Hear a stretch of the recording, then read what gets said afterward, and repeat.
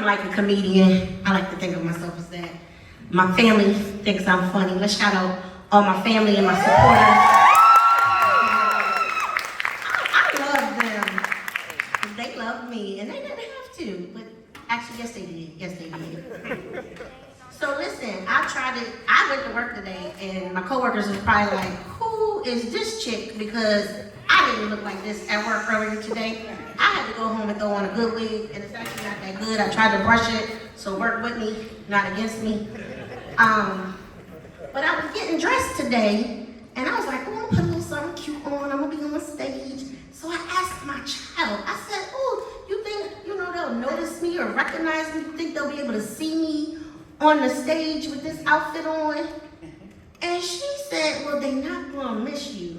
So I said, is that a fat joke? She said, is it? It always be your own people. It always be your own people. And it's my child. I love her to death though. She not here. I see her cousin here. Don't tell her I was talking about her. Because she gonna want some change. But it really be your own people that wanna like criticize you and stuff. And she know I'm really not insecure about being big. I know I'm big. I was born big. I always been big. I'm okay with it. But I really thought I looked cute because I thought I got these waist beads on. But they really don't be on my waist. They more like titty beads. They be up under my titties. I don't know if anybody else that has waist beads has that problem. They should change the name, not just for me. I know I ain't the only one. But enough about me. Let me talk about this child again real quick because they say it's your second one, and I don't know why they say the second one is a problem. The first one pretty much was kind of a breeze, but the second one, And they say don't compare your kids because it could scar them. It'll cause them to be insecure, or they talk about these generational scars. And, they say it in this Parenting 101 book. Yeah, there's no such thing. There's no book. Don't try to Google it. I just made that up because there really is no way to parent. You just got to figure it out as you go along. But let's talk about our scars, the different generation. And if you wanted to know, what am I, Gen X, baby boomer? I know y'all got up here and thought I was a millennial because I look good. It's the cocoa butter. I really do got some gray hairs underneath this wig, so I am older. So I'll talk about growing up in my generation and some scars. Because as a young child, I learned that there's a difference between white people and black people. And I'm not a racist, I'm not prejudiced. I'm an equal opportunity offender.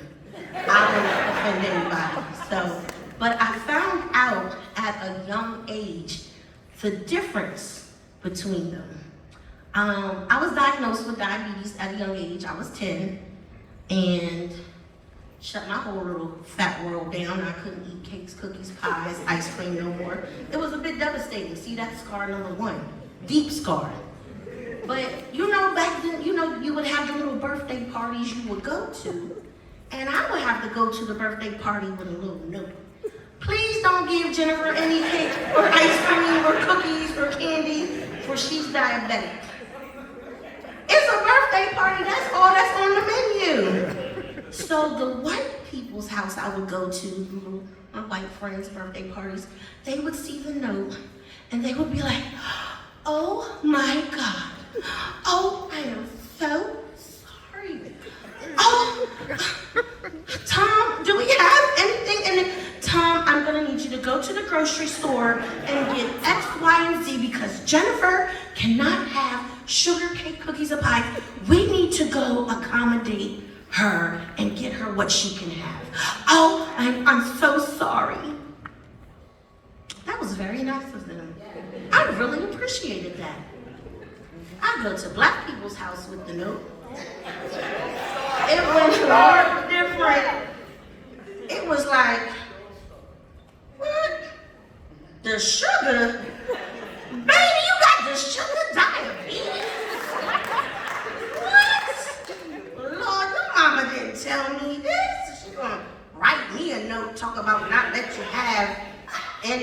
stuff. Well, baby, I don't know what to tell you because we got fried chicken, collard greens, macaroni and cheese, some cake. You just put a little water in the Kool-Aid. That's all. That's about all we can accommodate because I don't know what to tell you. So right then and there, I saw that there was a difference. So, I love my people, but like I said, once again, it be your own people.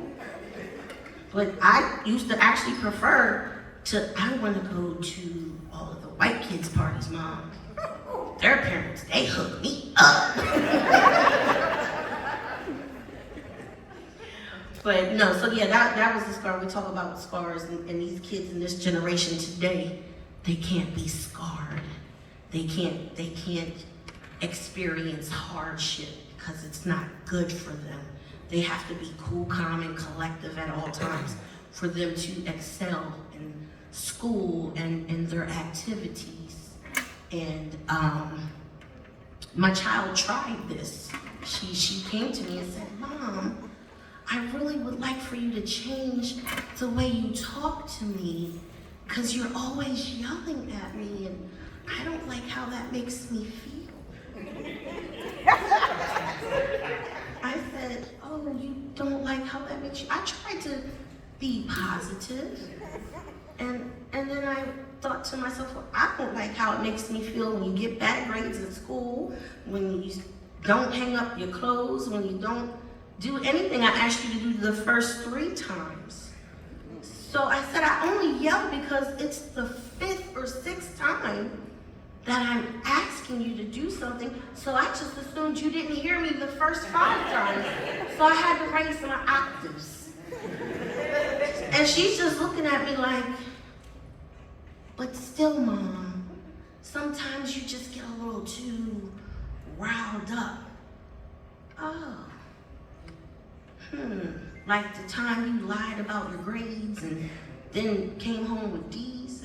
Which time was I too riled up? Because I want to know, when should I get riled up of all the things that you do?